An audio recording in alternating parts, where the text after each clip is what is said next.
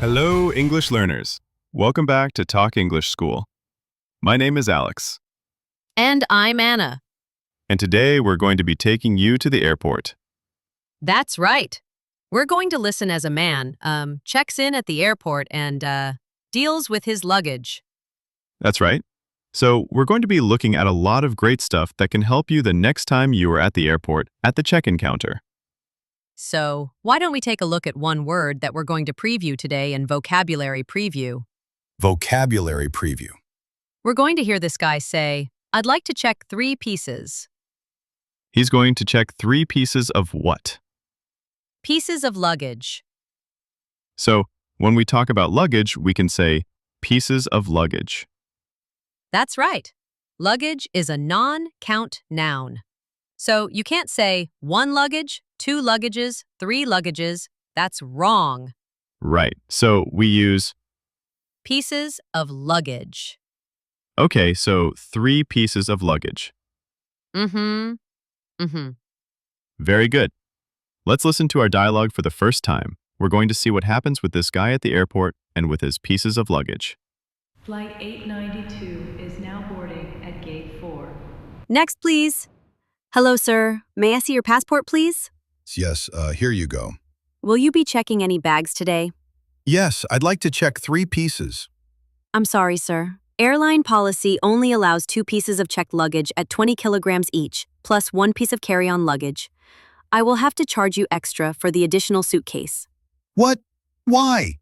I'm taking an intercontinental flight. I'm flying 16,000 kilometers. How am I supposed to take only 2 20-kilo bags? That's absurd. I'm sorry, sir. There's nothing I can do. You cannot board the flight with that large bag either. Carry-on bags must fit in the overhead compartment or under your seat. That bag is clearly too big. Now I see. You charge next to nothing for an international ticket. But when it comes to charging for any other small thing, you charge an arm and a leg. So tell me, miss, how much will I have to pay for all of this? Let's see. $625 US. That's more than my round-trip ticket. All right, well, that's a whole lot of money, isn't it? Well, I think it's a very common situation. I'm sure many of our listeners can relate to this situation. Overweight charges are pretty expensive, and Very high. I know from personal experience. But that's not what we want to talk about now. We want to talk about some really useful vocabulary in language takeaway. Language takeaway. All right, on language takeaway today, we have 5 words. So why don't we start with the first one? So the woman asked, "Will you be checking any bags today?" Will you be checking any bags today? To check bags, Right. So the verb, to check. it means to give your bags to the airline to register them. Okay, so that's what happens with your luggage. You check them. So basically, they become responsible for your bags. Right. It reminds me of checking into a hotel. Right, very similar. When you go to a hotel, you register at the hotel. You check in.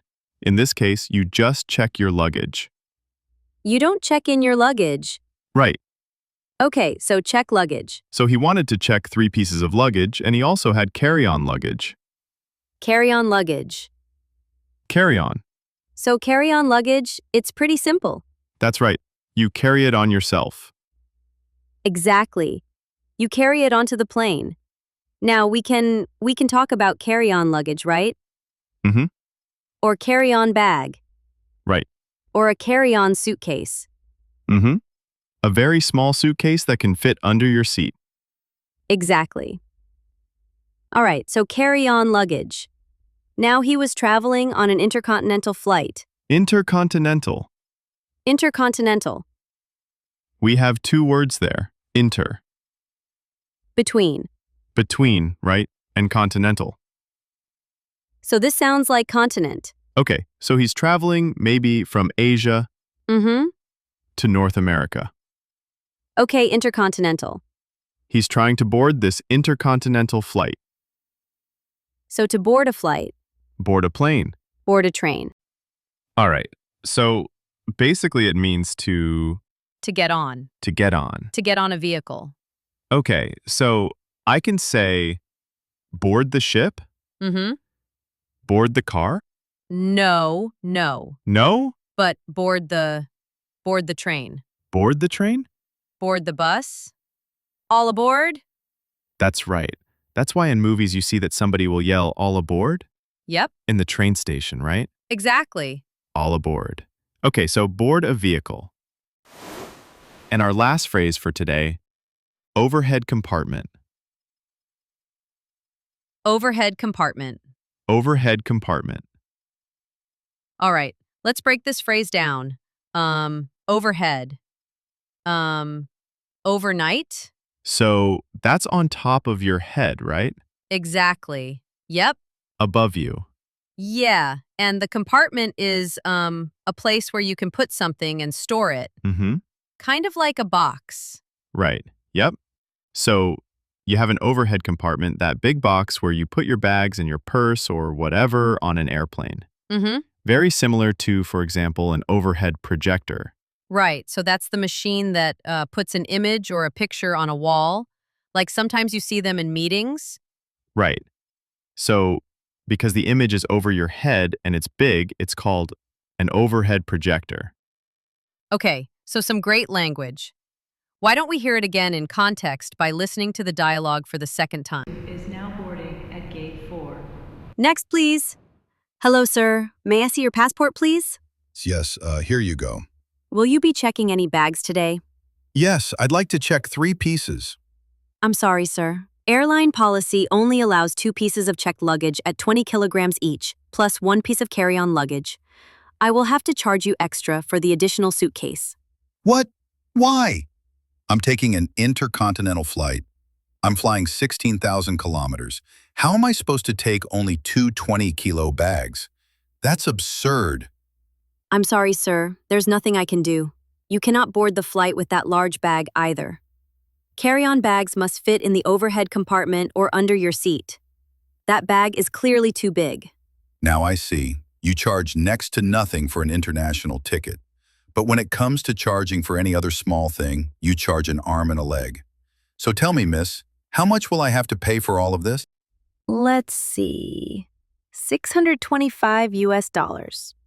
That's more than my round-trip ticket. All right. So I think it's a little bit more clear now.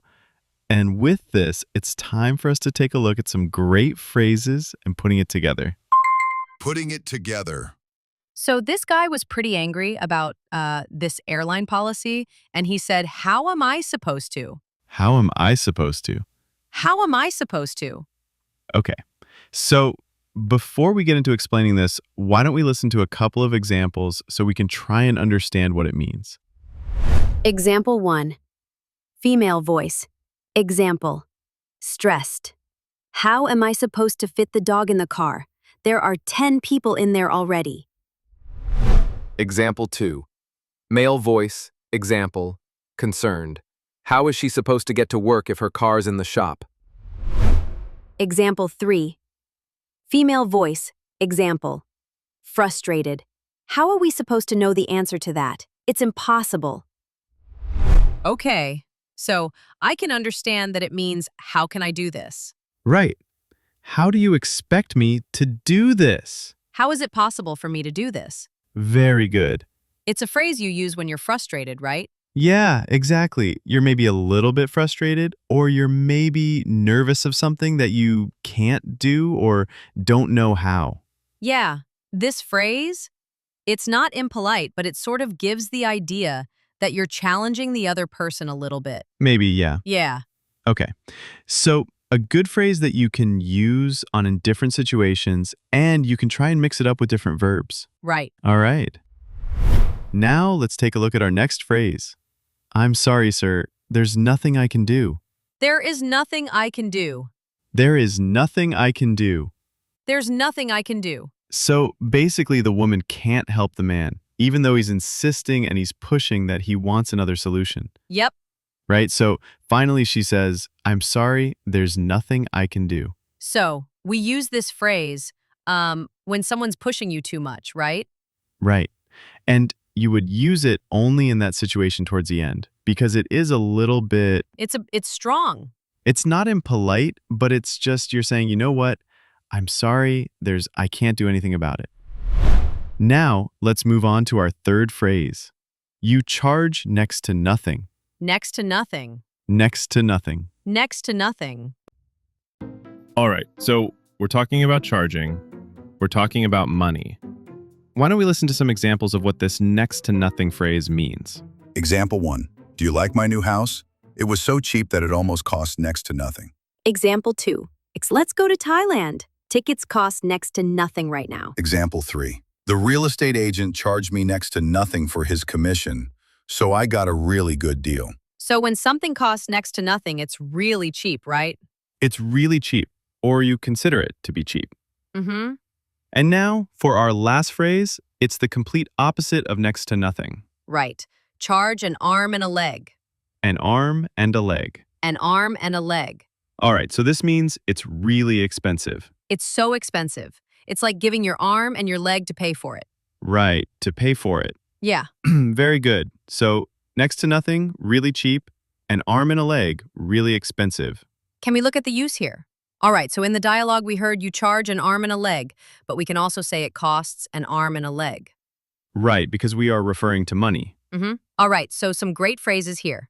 Now I think it's time we listen to our dialogue one more time. Okay, so airline policies, luggage, it's always a problem, right? Most of the time, you always end up paying overweight when you travel. Yeah, I know that this happened to me once, and it was really expensive. Really? What happened? I was flying on an intercontinental flight from India back to Europe. And I had too many extra bags, but I really needed to bring them. And so it cost me $6,000. $6,000. Yeah. Amazed. Wow. So my credit card was pretty maxed out after that. That's incredible. Yeah. Well, I'm sure many of our users probably suffered similar experiences like this. So, please come to our channel, Talk English Pro. That's right. Alex and I are always around to answer your questions, so please check us out and thanks. Until next time. Goodbye.